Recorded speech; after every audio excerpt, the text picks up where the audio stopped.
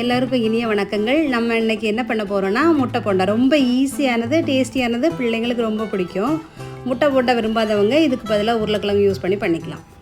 முட்டை போண்டா செய்யறதுக்கு தேவையான பொருட்கள் என்னென்னு பார்க்கலாம். நம்ம முட்டை ஆல்ரெடி பாயில் பண்ணி எடுத்து வச்சுருக்குறோம்.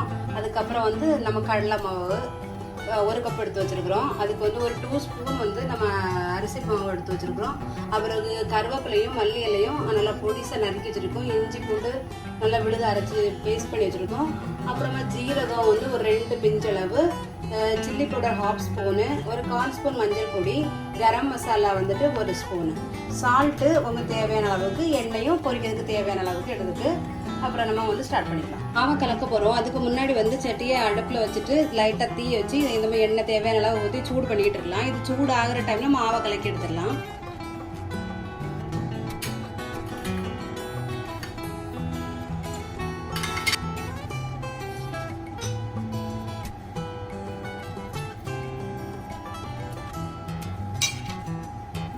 இது தண்ணி விட்டு கலக்கிக்கலாம்.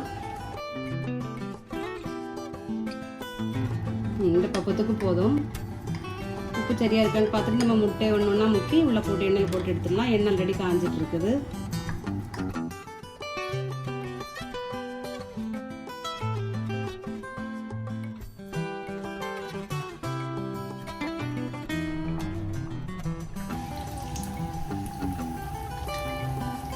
கொஞ்சம் பொன்னிறமாக கலர் மாறினோடனே நம்ம எடுத்துக்கலாம்.